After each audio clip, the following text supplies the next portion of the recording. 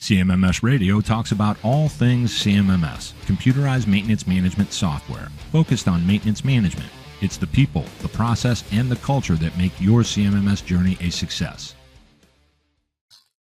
There he is, folks, the one and only Dr. Howard Penrose. He is the MotorDoc and ReliaSquatch, all rolled up into one. Howard, welcome back to CMMS Radio. Hey, thanks for having me. Good. Well, it's been a little while, hasn't it? It has. And it's important that we catch up at least briefly today because upcoming, we've got the Streamline Conferences happening in Greenville, South Carolina, February 9th through 12th.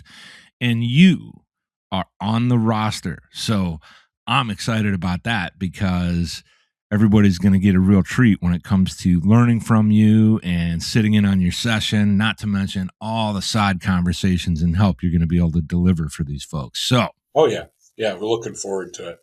I'm looking forward to it. I'm going solo on this one. Well, I've talked to a lot of our mutual friends and people that are coming in to present and run workshops. It's really a non-selling event focused on community and driving all the knowledge around these things when it comes to asset management. And you are doing a session, and I'm going to pull it up so I'm not butchering it. It's called How to Effectively Select CBM Technologies. And when we say CBM, folks, we're talking about condition-based maintenance technologies. Yes. What can you share without giving away all the goods about the presentation that makes this meaningful and important for people? What are they going to really get out of it?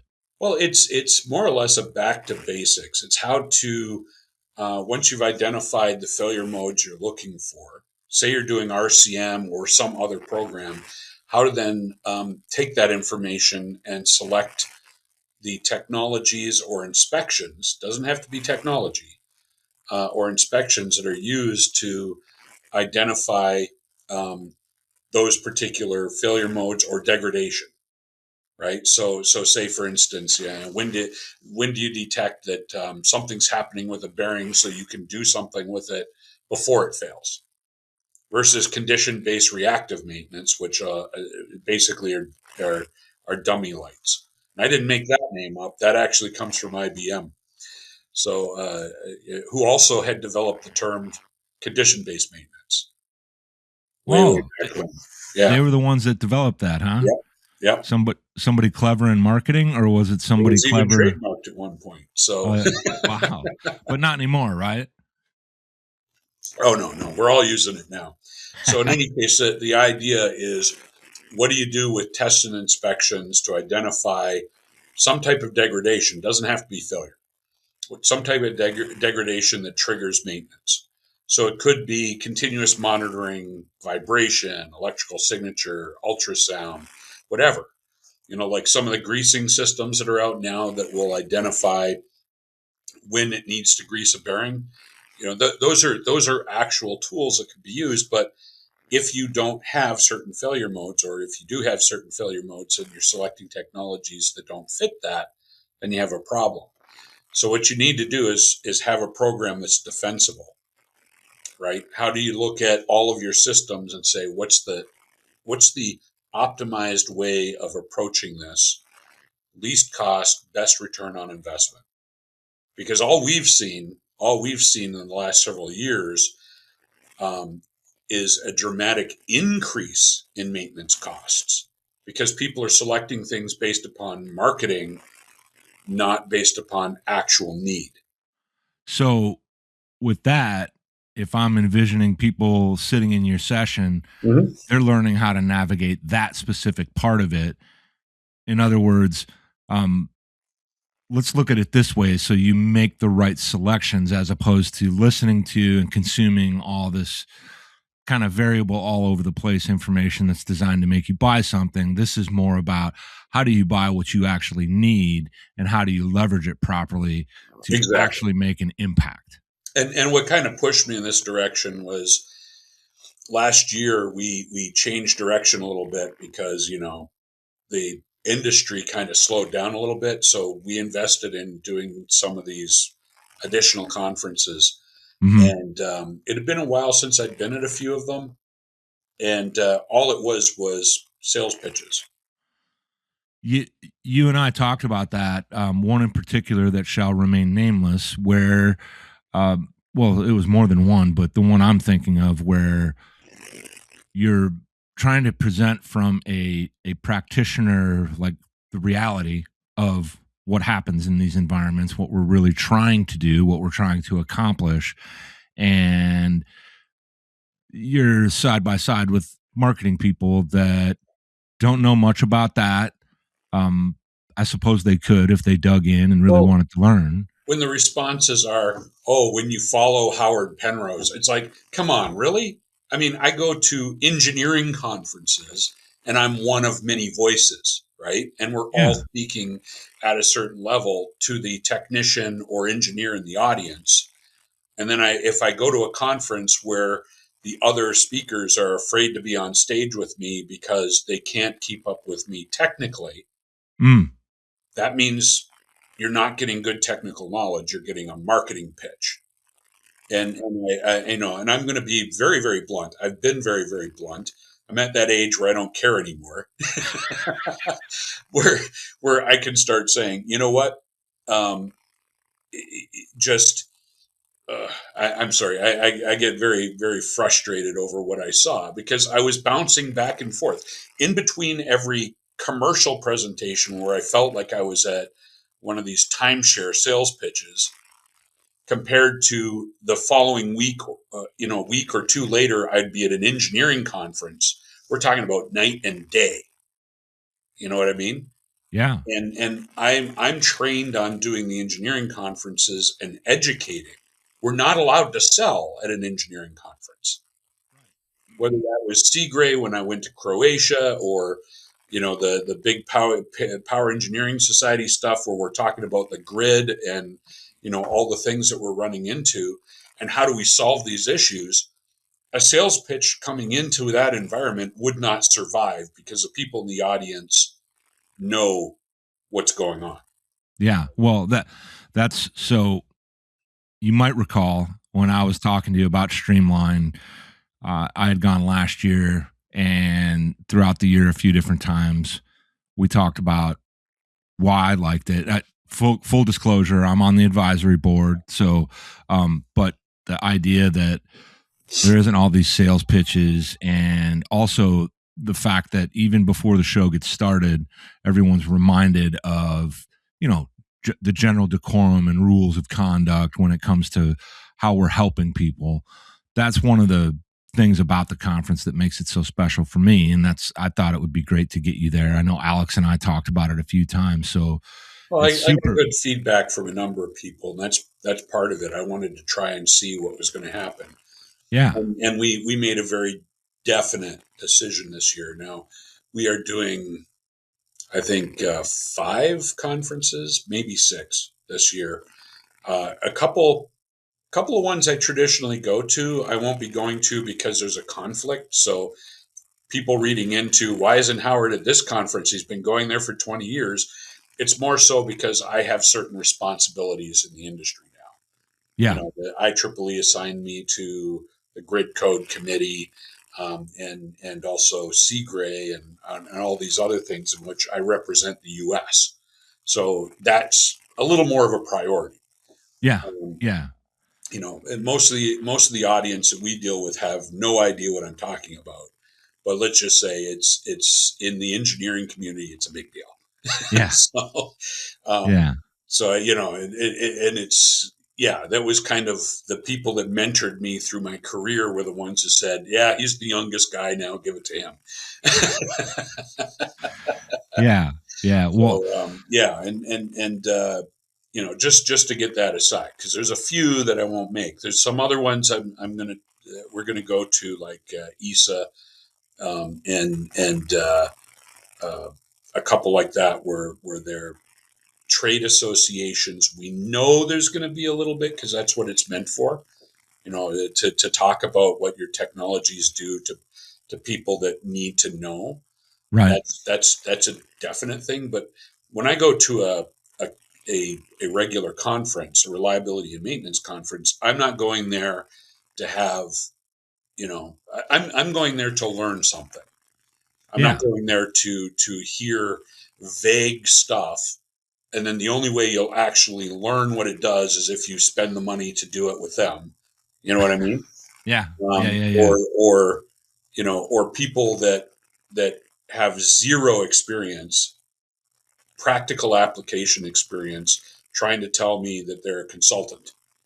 And that was actually my podcast that just dropped a little bit ago on vibe consulting. And it doesn't have to do with Ah. vibration. Yeah. Yeah.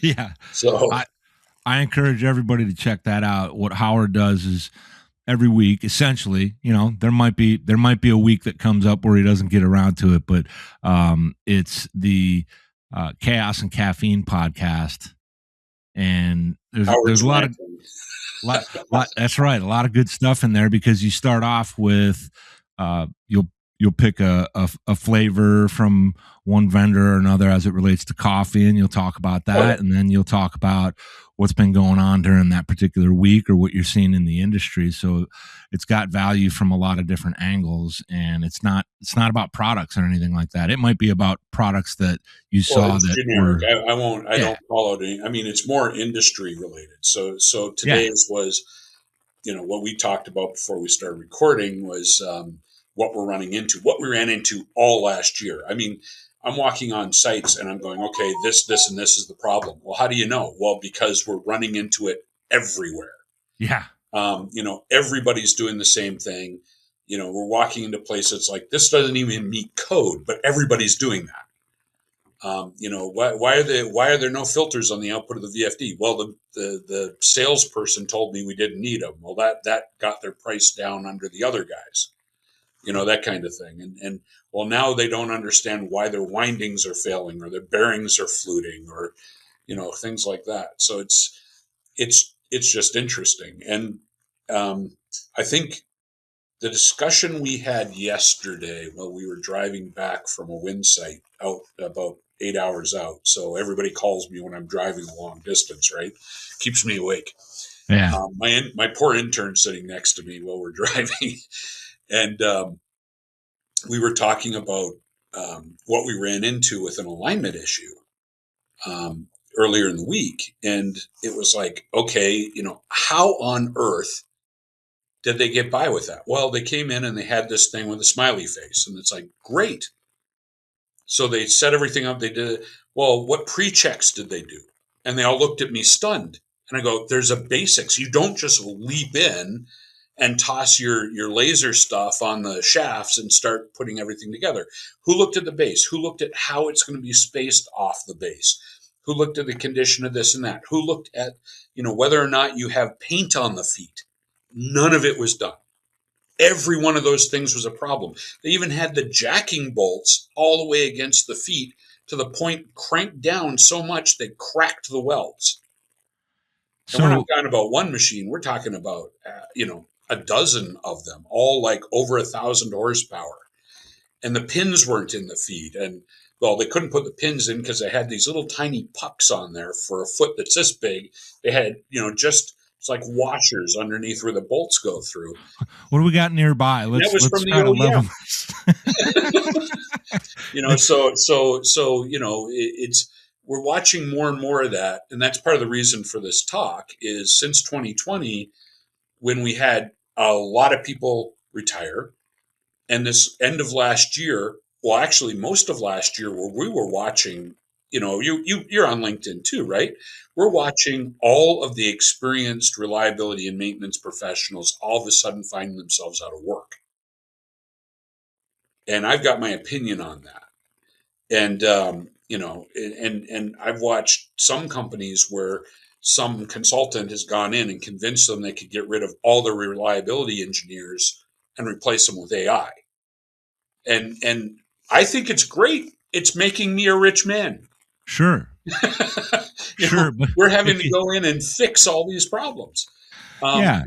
And this year we're looking at a few of them. We may hire some of these people and rent them back to their former company as soon as the disasters occur. It's just it's an interesting time. Yeah. Well, and I think that's going to be an ongoing kind of ever present conversation and topic that just kind of lives on because people don't know what they know. And then Yep. there's the people, I'm going to say people, which could be institutions, organizations, whatever, that do what they do because that's what matters more than what the outcome is. Maybe they don't even know how poor they practice these things. But the one thing you just said about that whole story, and that's what I want to close on, is I think between you and the other amazing real deal pros that I have I'm in my network, Yeah. they will all say, well, the one thing you want to do is don't introduce defects. Don't introduce problems. So don't use the little puck to balance out the foot that's this big and all those things. So, yeah, man, Howard Penrose, first of all, thanks for recording with me on short notice. I'm like, hey, man, can you record tomorrow?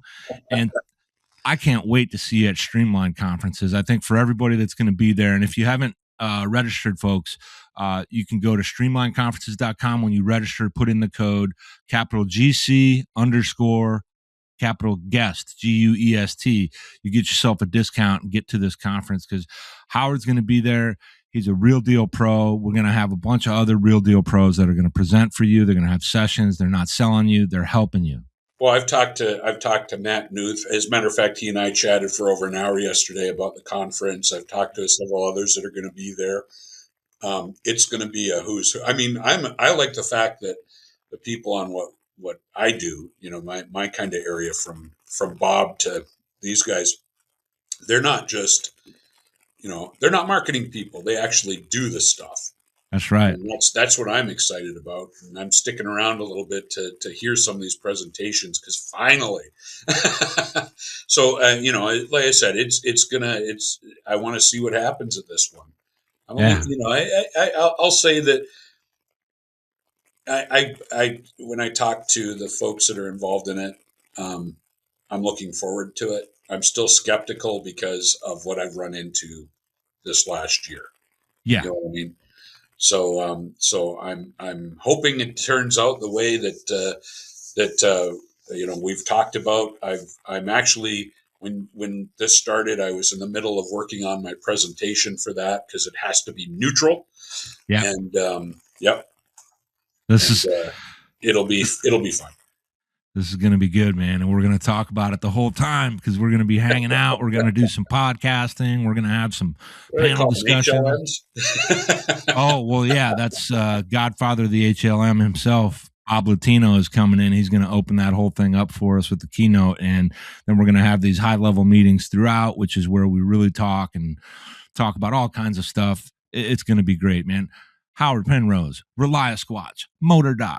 Thanks for being here with me. See you in a couple of weeks. CMMSradio. Yeah, we'll see you soon. Did you find this episode helpful?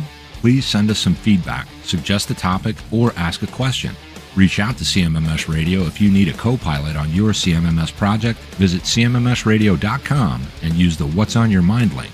Thank you for tuning in to CMMS Radio, your resource for all things CMMS from selection to implementation to help you make better choices, learn from industry experts, and have a successful CMMS journey.